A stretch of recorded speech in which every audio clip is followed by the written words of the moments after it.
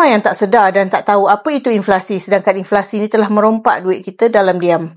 Save dulu video ni supaya tak hilang dan share kepada lebih ramai lagi supaya lebih ramai tahu apa itu inflasi.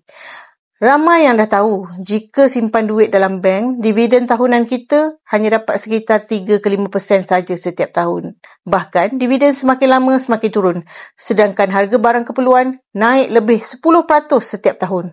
Tahu tak tuan-puan, sebenarnya kekayaan kita ni dirompak oleh inflasi setiap tahun tanpa kita sedar. Dan itulah sebab kenapa orang sentiasa mengeluh harga barang semakin mahal. Keluhan ni sebenarnya bukan hanya pada hari ini, tapi sejak zaman ibu bapa kita dan juga datuk nenek kita lagi. Inflasi ni merompak kekayaan kita dalam diam. Saya bagi contoh, dulu belanja 300 boleh dapat 2 troli.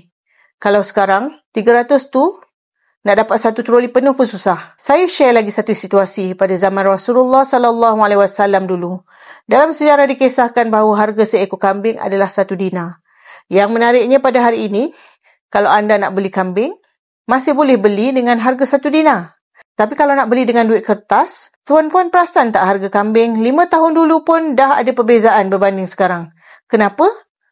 Sebab emas 999 kalis inflasi. Dan bukan nilai barang yang naik, tapi nilai wang kertas yang menurun. Jadi kekalkanlah nilai kekayaan tuan-puan dengan emas. Mulakan sikit-sikit dari tak ada mulakan langsung. Jika tuan-puan nak saya bantu, boleh klik link saya di profil ataupun tekan beg biru, nanti saya akan hubungi tuan-puan.